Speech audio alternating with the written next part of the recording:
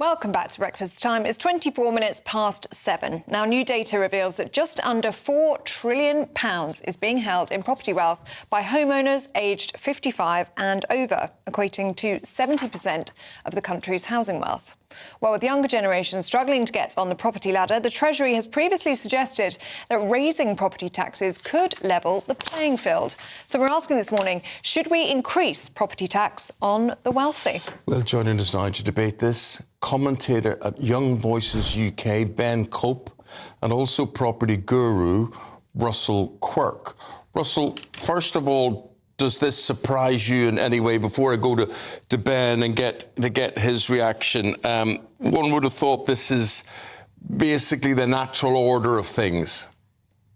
Well, it's socialism in a nutshell, isn't it? The politics of envy, which is people of a certain age that have worked hard all their lives, paid tax, owned a property, taken some risk, and now this hapless Labour government, not content, frankly, with rinsing pensioners, farmers, fishermen, waspy women and business owners, are now coming for the rest of us, Eamon and Ellie, which is clearly anyone that had the temerity and the gall, the sense to buy a property 20 or 30 years ago. Of course, people that are over 55 are those that generally have not only worked hard and paid their taxes, but have paid into the system in terms of the mortgage being paid off.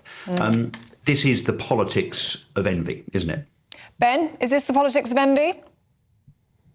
Not at all. And I'd just like to pick up on Russell's point that this is all about socialism, because at least the way I approach this is that we don't need to do this because of some aim to redistribute wealth. It's a way to incentivize house building, because the fact that so much property wealth is kept within older generations, it's symptomatic of a property market that has failed. We failed to build enough houses for generation after generation due to the incentive structures within planning.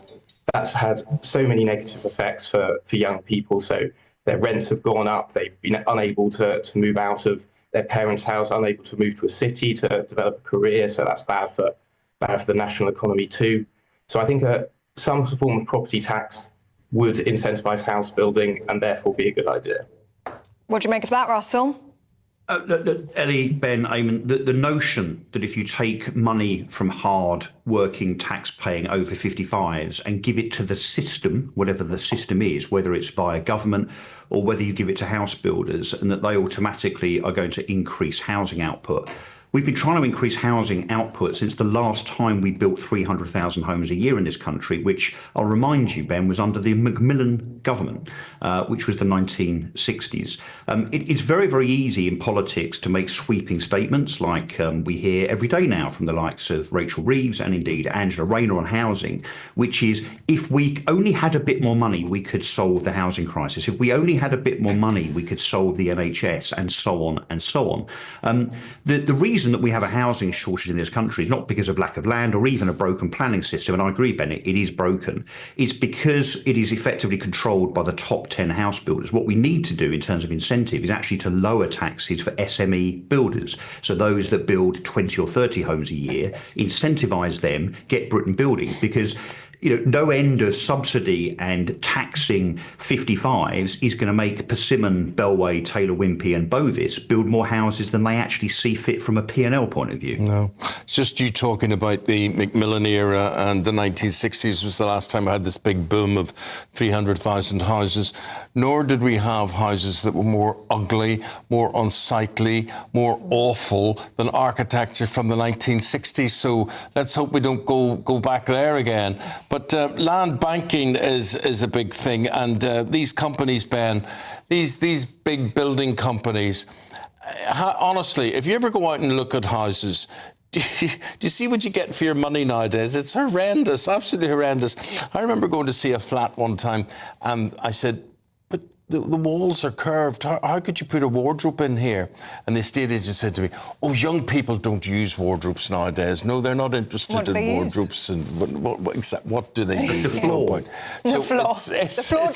It's unbelievable that we're so less and less for more and more, and no one cares. And these big top 10 house building companies, they have just creamed it off for years and years and years without actually doing the right social thing. Nobody Nobody does the right social thing. Nobody seems to care or do.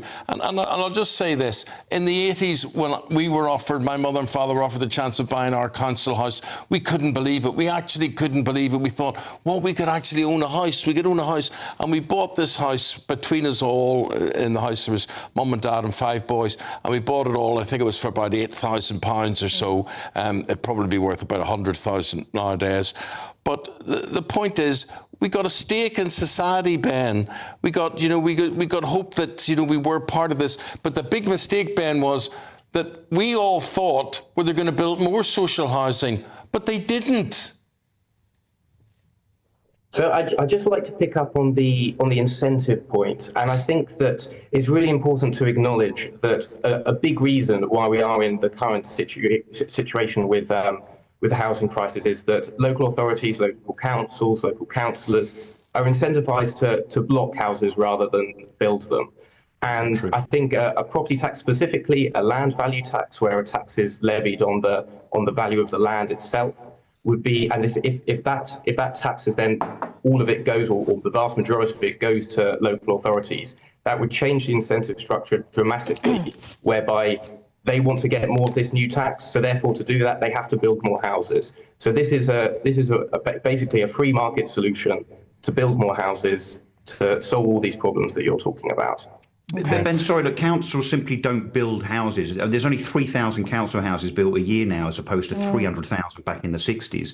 The idea that civil servants are going to build homes themselves, roll their sleeves up and pick up a trowel and a bag of cement, mate, that's for the birds. This is ideology. This is academia in real life. That simply doesn't happen. The only way to get Britain building is to incentivise hardworking SME builders, and indeed to make sure that these useless planning officers and planning departments across the nation, across 400 local authorities in Britain, basically that's where the civil service cull, that if I had my way, would begin, because planning is a disgrace in this country. And Russell, not only the planning, but who these houses will be for.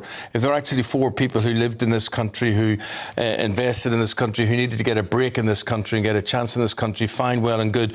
But I just think they're going to go to people from all around the world, migrants who have come in, and they're going to move them from hotels to social housing that wasn't meant for them. And I just throw that question out there to gauge reaction from our audience. Thank you both very much indeed. Thank you very much. Thanks, Ben. Thanks, Russell. Good to see you both.